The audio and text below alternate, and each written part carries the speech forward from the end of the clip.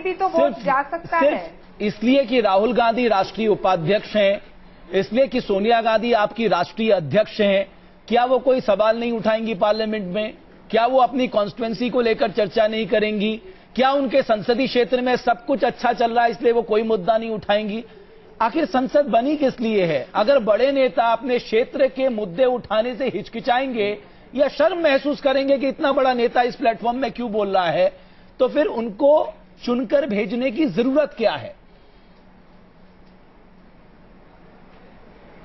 देखिए, सोनिया गांधी के लिए लोकसभा में बैठकर उन्हें पूरा देश दिखाई देता है।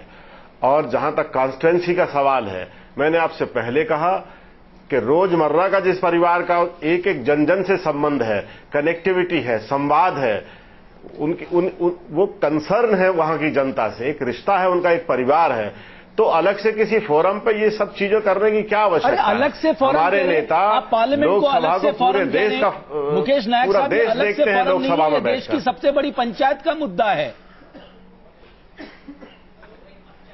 मैंने तो पहले कह दिया कि हमारे नेता लोकसभा में बैठकर पूरे भारत को देखते हैं। मेरे पास समय समाप्त हो चुका है। मुकेश नायक साहब आपका बहुत बहुत शुक्रिया, साइना एनसीजी, कपिल मिश्रा जी, शेष नारायण सिंह साहब, आप चारों का बहुत बहुत शुक्रिया।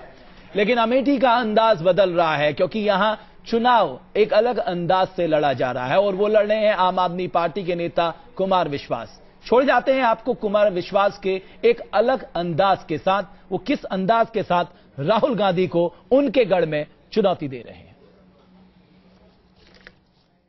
पूछते हैं कुमार विश्वास साहब कि दरअसल ऐसा क्या है जो वाकई में आपको लोगों तक पहुंचाता है और लोग आप तक पहुंचते हैं? जरा सच का सामना आज करते हैं। तो कुमार विश्वास जी, शुरुआत में करता हूं आपके पिताजी की एक टिप्पणी से। उन्हें यह भरोसा नहीं है कि आप ये चुनाव जीत सकते हैं, ऐसा? देखिए, आम आदमी की राजनीति यही है। अगर आप मुलायम सिंह यादव से ये पूछिए कि उत्तर प्रदेश में कानून व्यवस्था खराब है कि अच्छी है, तो वो सपने में भी ये कहेंगे अच्छी है। अगर आप सोनिया गांधी से ये पूछिए कि राहुल गांधी को इस देश की राजनीतिक समझ है या नहीं है, तो वो सपने में कहेंगे बिल्कुल है, बिल्कुल है, बिल्कुल है। दयानिधि मारन से पूछिए तो वो कनीमोजी को ईमानदार बताएंगे। आपके पिताजी को आप पर विश्वास नहीं, लेकिन इस देश की व्यवस्था पर विश्वास है? नहीं, विश्वास नहीं, उन्हें ये बात है कि मेरे पुत्र ने कठिन चुनौती ली है। अगर मैं चाहता तो दिल्ली की किसी भी सीट से लड़ता और 11 बजे जीत जाता, लेकिन मैंने चुनौती इसीलिए ली क्योंकि कठिन चुनौतियां सामना करने वाले ही इतिहास के कालपत्र पर अपना नाम लिखवा पाते और बता पाते हैं कि हम कुछ अलग करने के लिए आए। तो ख्वाहिश क्या है? ख्वाहिश ये है कि आप राहुल गांधी को यहां से हराना चाहते हैं, या ख्वाहिश ये है कि आप दरअसल इतिहास में अपना नाम दर्ज कराना चाहते हैं, ठीक वैसे ही जैसे एक जमाने में बिल्लारी में हुआ था? ख्वाहिश केवल यह है कि अमेठी के जो गुनहगार हैं, जिन्होंने अमेठी की सड़कें खाली हैं, जिन्होंने अमेठी में दलालों का जाल बिछा दिया है, अमेठी में जिनके गुंडे सड़क पर यह कहते हैं कि नारा नहीं लगेगा वरना मेरा इलाका है, मैं लाशें बिछा दूंगा, उनको अपदस्थ करना है। अमेठी के लोगों का खौफ जा रहा है। अब देखिए, जितने लोग आए इस चौराहे पर, ये तालियां बजा रहे हैं, ये खुश हैं।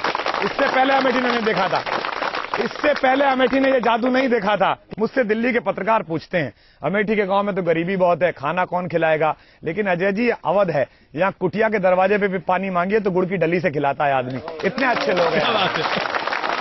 अच्छा, चलिए कुमार विश्वास जी, आपने ये नारा दिया कि मेरा बाप मास्टर और एक का बाप प्रधानमंत्री। तो क्या प्रधानमंत्री की मूर्ति को स्नान कराकर आप अपने चुनाव अभियान को आगे बढ़ा रहे हैं? नहीं। या एक पिता की मूर्ति को स्नान कराकर आप अपना चुनाव अभियान आगे बढ़ा? मैं जिस दिन 19 तारीख को घर से बाहर निकला, घर छोड़ के अमेठी के गांव में रुकने के लिए, मेरे माता पिता यहाँ नहीं थे, तो मैं किस बुजुर्ग को पैर छूता? अमेठी में 4 बुजुर्गों की मूर्तियां हैं, पूज्य बापू की, पूज्य बाबा साहब भीमराव अम्बेडकर की, अमेठी के यशस्वी राजा रणंजय सिंह जी की और दूसरे स्वर्गीय प्रधानमंत्री और यहाँ के सांसद राजीव गांधी जी की। मैंने चारों इसी क्रम से उनका स्नान कराया। और दुर्भाग्य देखिए कि जिन कांग्रेसियों की पूरी दलाली राजीव गांधी जी की विरासत के नाम पर चल रही है, उन राजीव गांधी जी की प्रतिमा का आज तक किसी ने स्नान भी नहीं कराया था, वो भी पहली बार मेरे हाथों से हुआ। मैं उनसे अनुमति लेकर आगे के लिए। अच्छा, ये कौन सी राजनीति है आपकी कि आपके कार्यकर्ता और राहुल गांधी के तथाकथित तौर पर कार्यकर्ता आपस में भिड़ जाते हैं? 30 FIR आपके खिलाफ दर्ज हो चुका है जनाब, आप तो गुंडे हो गए। नहीं, गुंडे नहीं, हम सड़क पर निकले। मैं नाम ले देता हूँ। एक आदमी ने सड़क पर गाड़ी रोककर कहा लोगों से कि ये नारा नहीं लगेगा, अभी तो शीला आ रही है, अब राहुल की बारी है। तो मैंने कहा भाई ये तो नारा लगेगा। तो उसने मुझसे कहा आप ये नारा, वीडियो में है, आप ये नारा नहीं लगाएंगे, ये मेरा इलाका है।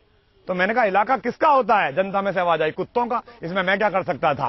तो जनता अगर ऐसा मानती है उन लोगों को, मैं वहीं बैठ गया। मैंने कहा गुंडे बुलाओ, यहीं बैठा हूं जहां से मैया जीतती है रायबरेली और जहां से भैया जीतते हैं अमेठी। इसके बीच 60 किलोमीटर की सड़क है। राहुल गांधी का कारवां अगर इसे 5 घंटे में पूरा चल के दिखा दे बड़ी से बड़ी कार पे, तो मैं चुनाव छोड़ के चला जाऊंगा आज। और मैं दूसरी बात बता रहा हूं, देखिए उस सड़क पर पिछले 4 महीने में 11 बच्चे ऐसे हैं जो अस्पताल ले जाते हुए मर चुके हैं। जहां की आने वाली नस्लें सड़क के गड्ढों में मरती हैं, वहां के सांसद की जमानत जब्त होगी। कुछ लोगों के नाम मैं आपके सामने रखता हूं और उनके बारे में जो धारणाएं और जो आपके मन में बातें आ रही हैं जी, वो आप सीधे कहते चले जाएं। मैं बोल दूंगा। सबसे पहले राहुल गांधी। राहुल गांधी राष्ट्रीय बोझ, इतने में छोड़ देंगे? हाँ, राष्ट्रीय बोझ है वो, उनको बर्डन है, उनको उतारना सबका पुनीत कर्तव्य है। अमेठी के लोगों का तो कर्तव्य है ही, देश भर के लोगों का भी कर्तव्य है कि एक राष्ट्रीय बोझ जो हम सहन कर रहे हैं नेतृत्व के नाम पर, उन्हें उतारा जाना चाहिए।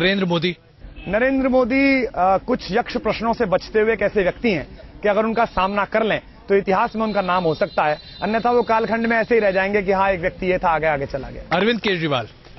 अरविंद केजरीवाल एक 24 कैरेट आदमी है, जिद्दी है, अड़ियल है, और जो अलग मिट्टी के लोग होते हैं उनमें है। अन्ना जी इस भारतीय पुनर्जागरण के अग्रदूत हैं, लेकिन उनकी अपनी सीमाएं हैं, उनकी अपनी शारीरिक सीमाएं हैं, आयु की सीमाएं हैं, उनकी अपनी संपर्क की सीमाएं हैं।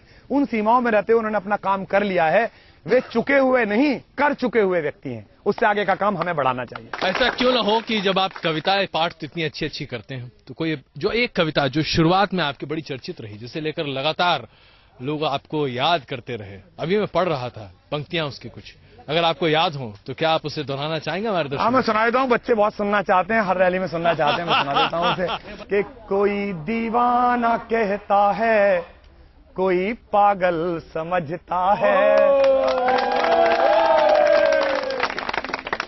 मगर अमेठी की बेचैनी ये हर पागल समझता है। आपका वोट आपकी सरकार, प्रेजेंटेड बाय एक्सपर्ट, बर्तनों को करे चुटकी में चकाचक।